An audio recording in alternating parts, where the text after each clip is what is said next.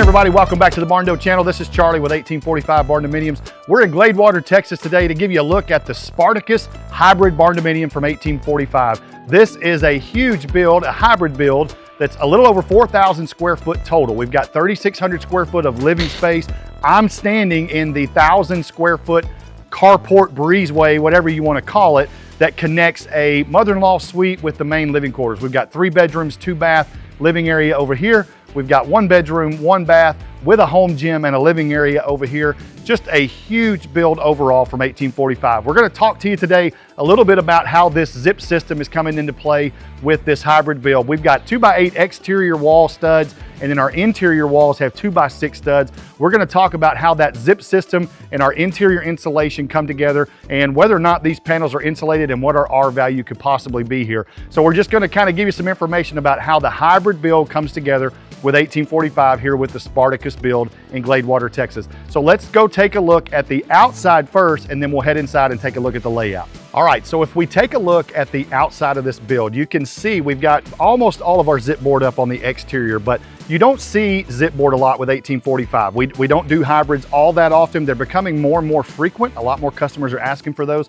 and we're happy to oblige that. Now, this actually was a plan that was not one of our own. The owner brought us this plan, the SPARTACUS plan, and we just basically took their plans. It was a great set, so we used their plan to build this build. And we had 2x8 exterior walls, which we don't always have those. Ours are typically 12-inch, or usually the standard is 6-inch. But in this case, we have 8-inch exterior walls. Now, how does this zip board come into play? Now, let's talk about how everything comes together as far as the size of the stud versus the zip board and how we lathe everything or whether or not we lathe everything. Now the zip board, what it is providing is a moisture barrier and a vapor barrier for the exterior. If you've watched some of our builds, you know that when we build our shells, a lot of times we have that Tyvek wrap on the outside of our all steel builds, and that is our moisture barrier and vapor barrier for those type of builds. What the zip system does is this OSB panel comes pre-coated with that vapor barrier, moisture barrier that you need to create a good seal from the outside in. Now on the inside here, we've got actually 6x6 square columns here on our sidewall exterior walls. You'll see some 4x4s in these gabled areas for support as we go around, but the exterior walls are mostly 6x6 square columns. Now we have a 2x8 for our exterior wall, and what we do is we actually offset that 2x8 by a 1/2 inch. And because this particular zip board is 1/2 inch thick, we're going to do that offset so that our zip board actually sits flush and runs flush with this 6x6 column. Now, with that zip board, you can get varying sizes. You can get 3/4 inch, you can get 1 inch, you can get insulated, you can get non-insulated. These are uninsulated zip panels. So it's basically a piece of OSB with, like again, with that molded air barrier and vapor barrier and moisture barrier that you have with the zip system. So when we want to marry these together, we have to offset that exterior stud on the exterior wall so that when we put the zip board on there, it's a flush fit. Now we can put our panel down here and screw directly to the zip board and the studs that are behind it. Now, I want to go around the corner here and talk to you a little bit about how you bring the seams of the zip board itself together. We talked about how that seam comes together with our 6x6 column right there. So let's take these two pieces right here that are going to come together. And I told David when we were videoing this, this is almost like zip system for dummies. Even I could figure this out if I just follow along and follow the directions. So what they do here is they actually tell you, roll the tape. Okay, so they're telling you where to put your zip tape. And as long as you follow these dotted lines, you should be able to create a good seal. Now, you may see contractors who come in here and have humongous gaps in here, and that's not the way this is designed to be. This is designed to be a snug fit so that when we roll that tape over there, we get a wonderful seal, and we don't want the outside vapor or moisture to be able to come through and penetrate that in any way. We'll put that tape here along this seam. We'll put that tape along the bottom seam to seal everything tight. And then the last layer of protection is when you're applying that zip board, you can either staple that board like we've done here, you can use screws, whatever you want to do, but each of these penetrations that we have that we're attaching to the stud walls has to be sealed off as well. I've seen contractors use Flex Seal.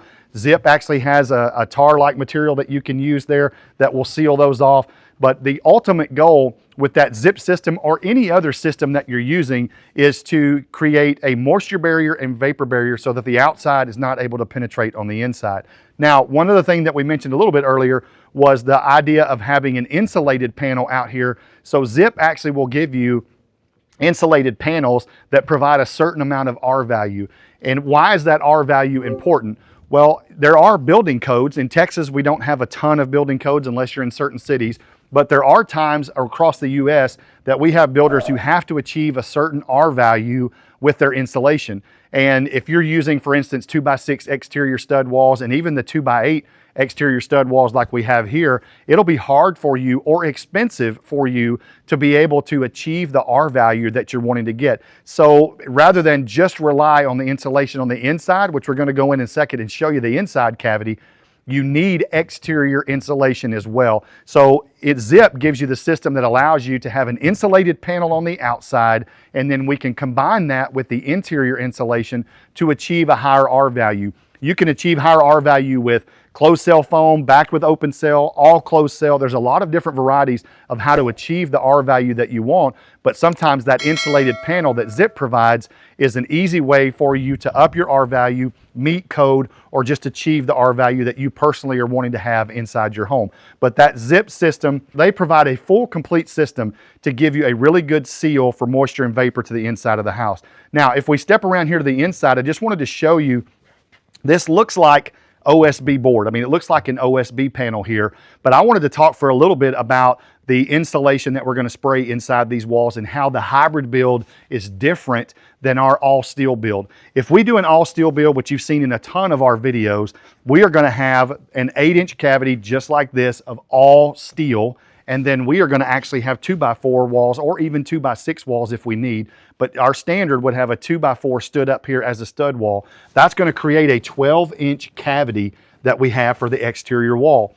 We are able to spray foam inside that entire 8-inch cavity there. And then we're able to run electrical and plumbing and things like that untouched by the foam out here in our 2x4 stud walls. One of the biggest differences that you will see in the hybrid is that they're going to run all that electrical and plumbing in these walls. They'll penetrate these, run these runs through here, these home runs and things like that through these walls, but then they're going to foam those up. So that wiring and everything will be inside that foam wall, inside that cavity. It's not the worst thing in the world, but what we like to do with our all steel is we like to have all that wiring and plumbing exposed. If there ever was an issue and you needed to work on something, a plug or something like that, you would be able to easily just take a small piece of that sheetrock off and everything's exposed there for you to work with. You do not have to come in here and dig into that foam and try to find the wiring and all that. You just don't have to deal with that hassle.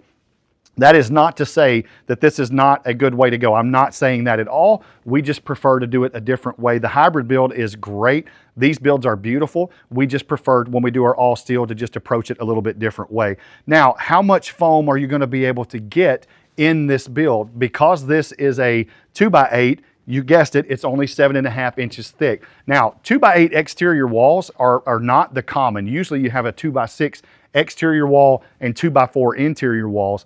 So we have 7.5 inch cavity. That's bigger than normal.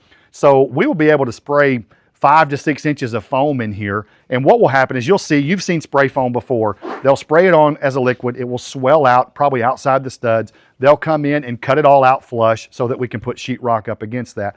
Now, one of the advantages that we have with our all steel that we like to do is we could actually have 8 inches of foam, and we talked about trying to achieve that higher R value. We are able to do that, and we don't have to rely as much on an exterior insulated panel. When you have a 2x6 interior stud, a lot of times if you're trying to meet a code or get a really high R value, you're going to have to combine a 2x6 stud with an exterior insulated panel to be able to achieve that R value. Sometimes that can be costly depending on what type of foam you're using and what type of exterior board that you're using as well.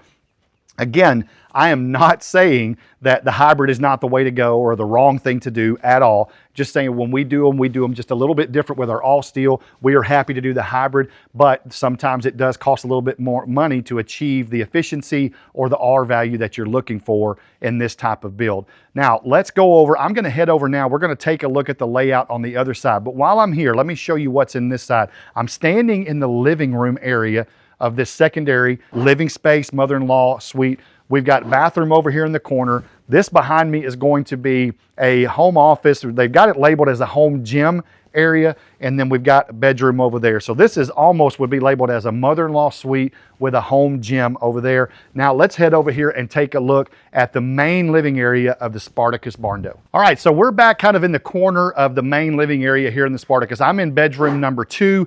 We've got 2 bedrooms on one side. We've got master suite on the other over here. But you can see we've got our 2x8 exterior walls here. I'm gonna kind of walk you down the hall here and show you the layout. Now this thing has humongous windows all the way across, all the way around the front, back, sides, everywhere. We've got a lot of open area, open windows to let natural light in the Spartacus build. Now, if we come down the hallway here, you can see, I told you a little bit earlier, a lot of times the standard would be 2x6 exterior walls and 2x4 interior walls. So we've got a little bit bigger here with the Spartacus. We've got 2x8 exterior walls, and I've got my 2x6 interior walls. This is going to be bedroom number 3 that we've got. Those 2 closets are pretty close to each other. We've got another bathroom here, and then the master suite is on the other side of the layout over there. Now, we come out here into this huge living area. This is going to be a fully vaulted living area. I'm standing right in the living room. I've got some floor plugs here right below me, but windows, windows, windows everywhere. I've got windows out to the front of the house.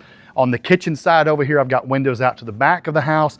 And then we've got 2 large windows that show us the breezeway area, which that's actually going to be a hosting area. We're going to have an outdoor fireplace out there. It's labeled as a carport on the plans, but I don't know that we're going to park vehicles under here. There's going to be too much going on under here with the fireplace and the access from the kitchen. We've actually got a window that's going to be countertop height that will act as a pass-through from the kitchen area out to that breezeway. But this is going to be a fully vaulted area.